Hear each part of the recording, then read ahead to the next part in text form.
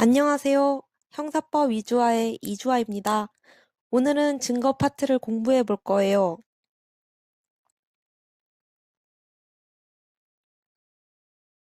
1장에서는 증거의 종류들을 배우고요. 2장에서는 증명의 방법으로 엄격한 증거와 자유로운 증거를 비교할 거예요. 3장에서는 증거 능력 관련해서는 크게 4가지를 배울 건데요. 첫 번째, 위법한 절차에 의하여 수집된 증거의 증거 능력을 부정하는 법칙인 위법 수집 증거 배제 법칙, 줄여서 위수증을 배우고요. 두 번째, 임의성 없는 자백은 허위나 인권 침해 가능성 때문에 증거 능력을 부정하는 법칙인 자백 배제 법칙에 대해서 배울 거고요. 세 번째, 원본 증거에 반대되는 개념으로 서면이나 타인의 진술 형식으로 간접적으로 법원에 전달되는 증거인 전문 법칙, 전문 증거에 대해서 배울 거예요. 마지막으로는 증거 능력 없는 증거에 증거 능력을 부여하는 증거 동의에 대해서 배울 거예요. 자, 그럼 증거 파트 시작해 보겠습니다.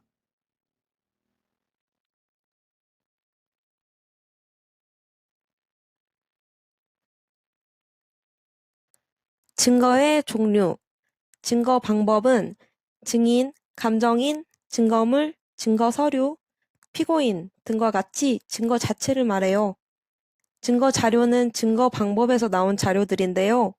증언, 피고인 자백, 감정 결과, 증거물의 성질 형상, 증거 서류의 내용 등을 말해요. 증언이나 피고인의 자백은 증거 자료이지 증거 방법이 아닙니다. 증거 자료와 요증 사실과의 관계에 따라서 직접 증거와 간접 증거로 나뉘는데요. 직접 증거는 목격자 증언이나 피고인 자백처럼 직접적으로 범죄 사실을 증명하고요. 간접 증거는 피고인의 지문이나 피해자의 혈흔, 그리고 상해 사건에 있어서 피해자의 진단서처럼 간접적으로 범죄 사실을 증명합니다. 직접적으로 증명하든 간접적으로 증명하든 증명력에 우열이 없어요. 직접 증거와 간접 증거의 증명력에 있어 우열이 있다고 하면 오답입니다. 우열이 없습니다. 그래서 범죄 사실의 증명은 논리와 경험칙이 합치되는 한 간접 증거로도 할 수 있어요. 실질 증거는 주요 사실의 전부를 직접 간접으로 증명하는데요. 증인의 증언이 이에 해당하고요. 보조 증거는 실질 증거의 증명력을 다투기 위하여 사용되는데요.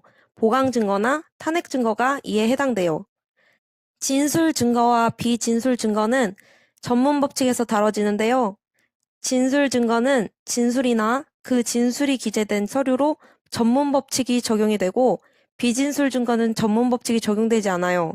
전문 법칙을 위수증으로 바꿔서 위수증은 진술 증거에만 적용하고 비진술 증거에는 적용하지 않는다.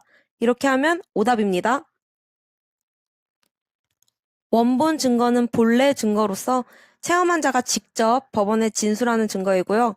전문 증거는 서면이나 타인의 진술 형식으로 간접적으로 법원에 진술하는 증거예요. 둘 다 진술 증거라서 전문 법칙이 적용됩니다.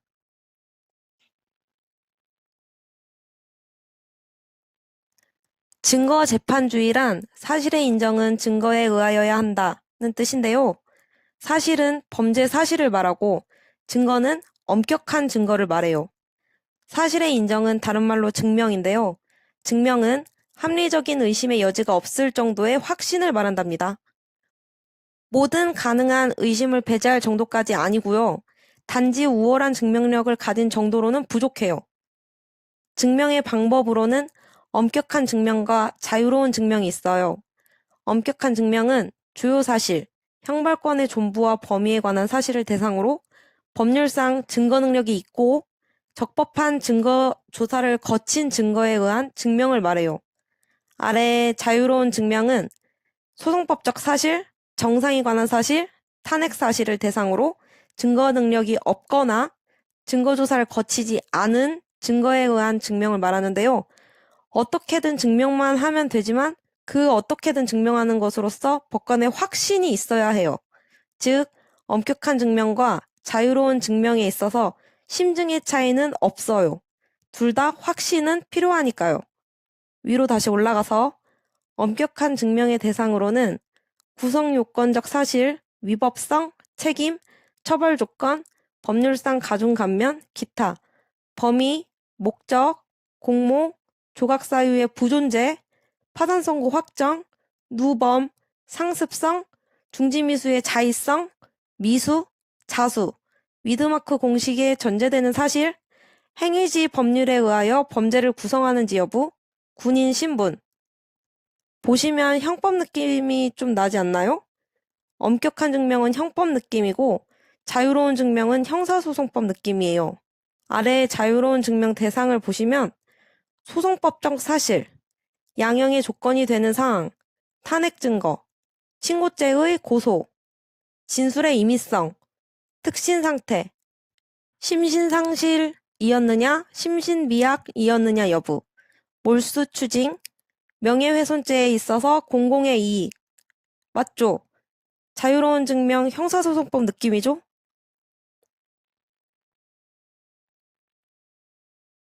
거증 책임. 소송의 종결 단계에서 증명 불능이 있을 때 증명 불능으로 인한 불이익을 누구에게 부담시킬 것인가를 의미해요. 원칙은 검사가 거증 책임을 부담해요. 알리바이의 부존재도 엄격한 증명으로 검사가 부담하고 진술의 임의성에 의문점이 있을 때 의문점을 해소하는 입증도 검사가 합니다. 예외적으로 거증 책임이 전환되는 경우가 있는데요. 피고인이 입증해야 하는 경우가 두 가지 있어요. 상해죄의 동시범 특례에서 인과관계의 부존재에 관하여 피고인이 거증 책임을 부담하고요. 명예훼손죄의 진실성과 공익성도 피고인이 증명해야 해요. 입증의 부담이란 증명할 증거를 제출해야 할 부담을 말해요. 형식적 거증 책임이라고도 합니다. 이 입증의 부담, 형식적 거증 책임은 소송의 발전에 따라 변화해요.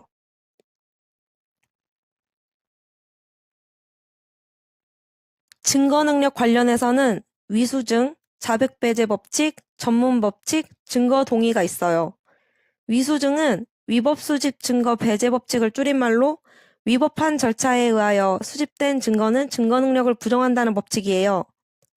위수증은 증거 수집 과정에서 중대한 절차 규정에 위반이 있는 경우에 증거를 배제하는데 중대한 절차 위반이 있어야지 경미한 걸로는 위수증에 해당하지 않아요. 압수 절차가 위법하면 그 절차에서 수집한 압수물도 증거 능력이 없게 됩니다. 위수증은 중대한 절차 위반이라서 증거 동의 대상에도 해당하지 않아요. 탄핵 증거로도 사용할 수 없습니다. 예로 위법한 강제 연행 상태에서 호흡 측정 방법에 의한 음주 측정을 한 다음에 피의자가 측정 결과에 대한 탄핵을 하기 위해서 스스로 혈액 채취 방법에 의한 측정을 요구하였다고 하더라도 그 혈액 채취에 의한 측정 결과는 증거로 쓸 수 없다는 판례가 있어요. 탄핵 증거는 저 뒤에 증명력 파트에서 배우는데요. 탄핵 증거로 쓸 수 없는 증거로는 위수증, 영상 녹화물, 임의성 없는 자백이 있어요. 예외적으로 위수증이어도 증거 동의가 가능한 경우로는 증거 보전 절차의 증인신문에 참여의 기회를 주지 아니한 경우라도 피고인과 변호인이 증인신문 조서를 증거로 할 수 있음에 동의하여 별다른 이의 없이 적법하게 증거조사를 거친 경우에는 증거 능력이 부여되고요. 이미 증언을 마친 증인을 검사가 소환한 후 피고인에게 유리한 증언 내용을 추궁하여 이를 일방적으로 번복시키는 방법으로 작성한 진술조서도 피고인이 증거로 할 수 있음에 동의하면 증거 능력이 부여됩니다. 헌법과 형소법이 정한 절차를 따르지 아니하고 수집한 증거는 원칙적으로 유죄 인정의 증거로 삼을 수 없다. 그러나 예외적으로 유죄의 증거로 사용할 수 있는 경우에는 검사가 입증하여야 한다. 증거 수집 과정에서 절차 위반한 경우라도 실질적인 내용을 침해하는 것이 아니고 오히려 증거 능력을 배제하는 것이 형사사법 정의 실현 취지에 반하는 결과를 초래하는 예외적인 경우에는 증거 능력을 인정합니다. 독수과실 이론, 위법하게 수집된 1차 증거, 동나무에 의하여 2차 증거, 과실이 발견된 경우 그 2차 증거까지도 증거 능력을 배제하는 이론인데요. 위법한 압수수색을 통하여 수집한 증거는 물론 이를 기초로 획득한 2차 증거도 유죄 인정의 증거로 삼을 수 없다는 뜻입니다. 그러나 제한적으로 위법 절차를 통한 증거 수집과 2차 수집 증거 사이의 인과관계가 희석되거나 단절된 예외적인 경우에는 유죄 인정의 증거로 삼을 수 있습니다.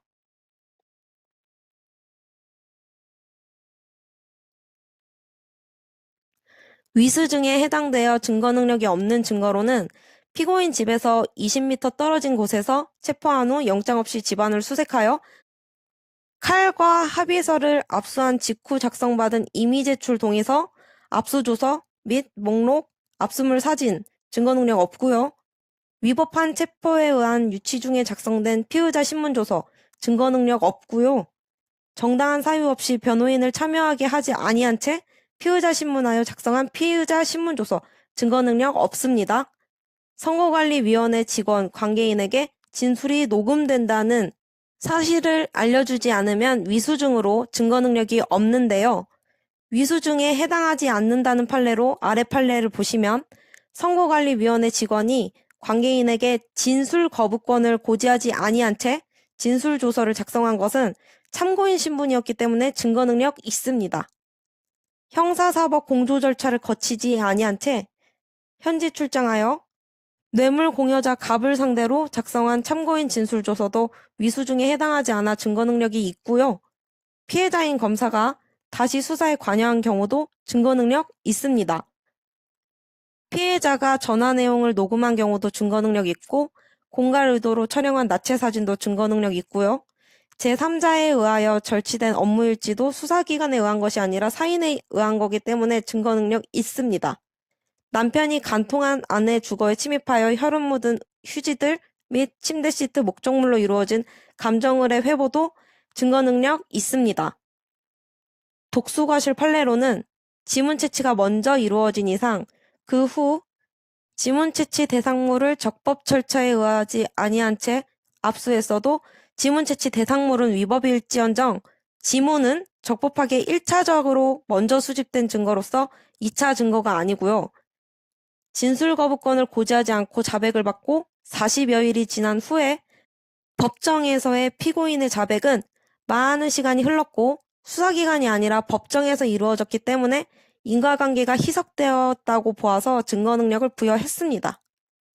사전에 구속영장을 제시하지 아니한 채 영장 집행을 하고 구속 적부심사 신문하면서 구속영장을 제시하고 변호인과 충분한 상의를 거친 후 자백을 하였다면 유죄 인정의 증거로 삼을 수 있는 예외적인 경우에 해당한다고 보았고요.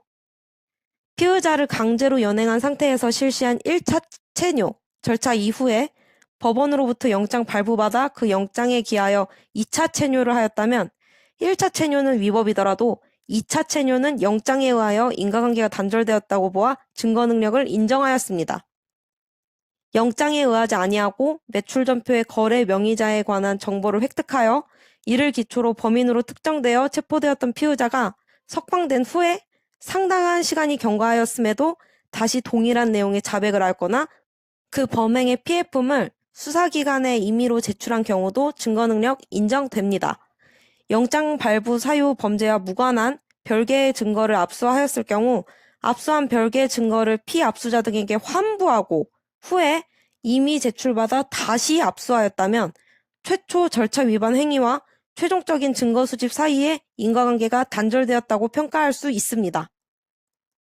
오늘은 증거 파트에서 증거 능력 관련하여 위수증까지 공부했고요. 다음 시간에는 증거 능력 관련해서 자백배제 법칙부터 공부하도록 하겠습니다. 오늘도 고생 많으셨고요. 형사법 2주와 구독, 좋아요, 알림 설정 부탁드립니다. 감사합니다.